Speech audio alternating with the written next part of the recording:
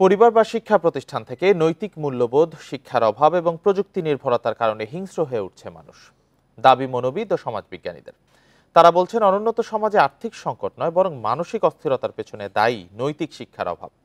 ফলে শিশু মুনতাহা হত্যার মতো নৃশংস ঘটনা বাড়ছে।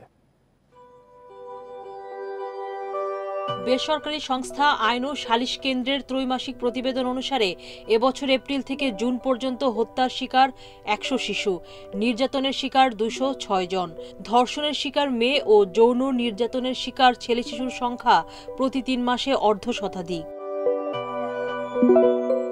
শিশুর প্রতি বাড়ছে নৃশংসতার ঘটনা। রাজধানীতে গৃহকর্মীর উপর অকথ্য নির্যাতন ও সিলেটে শিশু মুনতাহাকে নৃশংসভাবে হত্যা তারই নজির। সমাজবিজ্ঞানীরা বলছেন, স্বল্পোন্নত দেশে প্রযুক্তি সহজলভ্য হয়েছে। ভার্চুয়াল জগৎ মানুষকে বিচ্ছিন্ন করছে, ফলে মনোবিকার ঘটছে তার। এ থেকে উত্তরণে পারিবারিক শিক্ষার বিকল্প নেই। উন্নত দেশে যা শিক্ষা কারিকুলামে যুক্ত আছে।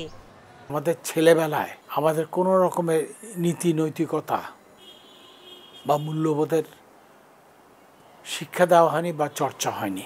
সৃজনশীলতার উপর আমাদের প্রশিক্ষণ দেওয়া উচিত ছিল। এই মূল্যবোধ জাগলে মানবতাবোধ জাগবে। আমাদের মধ্যে মূল্যবোধও নেই, মানবতাবোধও নেই। ভার্চুয়াল জগৎ মানুষকে নিয়ন্ত্রণ করায় বাড়ছে অস্থিরতা, হিংসা।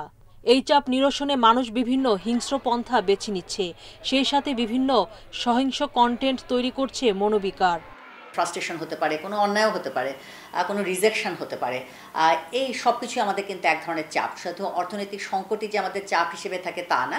এই চাপগুলোকে আমরা অনেকভাবেই হলো আমাদের ব্রেন স্ট্র্যাটেজি অ্যাডপ্ট করে মানিয়ে নেওয়ার। তো আমি বলবো হলো যে এই ইদানিং আমরা যে পার্থক্যটা আমরা দেখছি, পরিবর্তনটা দেখছি, সেটা বলবো যে এই যে স্ট্র্যাটেজিক চেঞ্জ হচ্ছে মানুষের। দেশের উন্নয়ন শহরকেন্দ্রিক হওয়ায় গ্রামের মানুষ উপেক্ষিত, ফলে শিক্ষা সংকটে সামাজিক অবক্ষয় হচ্ছে। এ থেকে উত্তরণে ইতিবাচক যোগাযোগে গুরুত্ব দেওয়ার পরামর্শ বিশেষজ্ঞদের। সুলতানা জাহান মিতু, ইন্ডিপেন্ডেন্ট নিউজ, ঢাকা।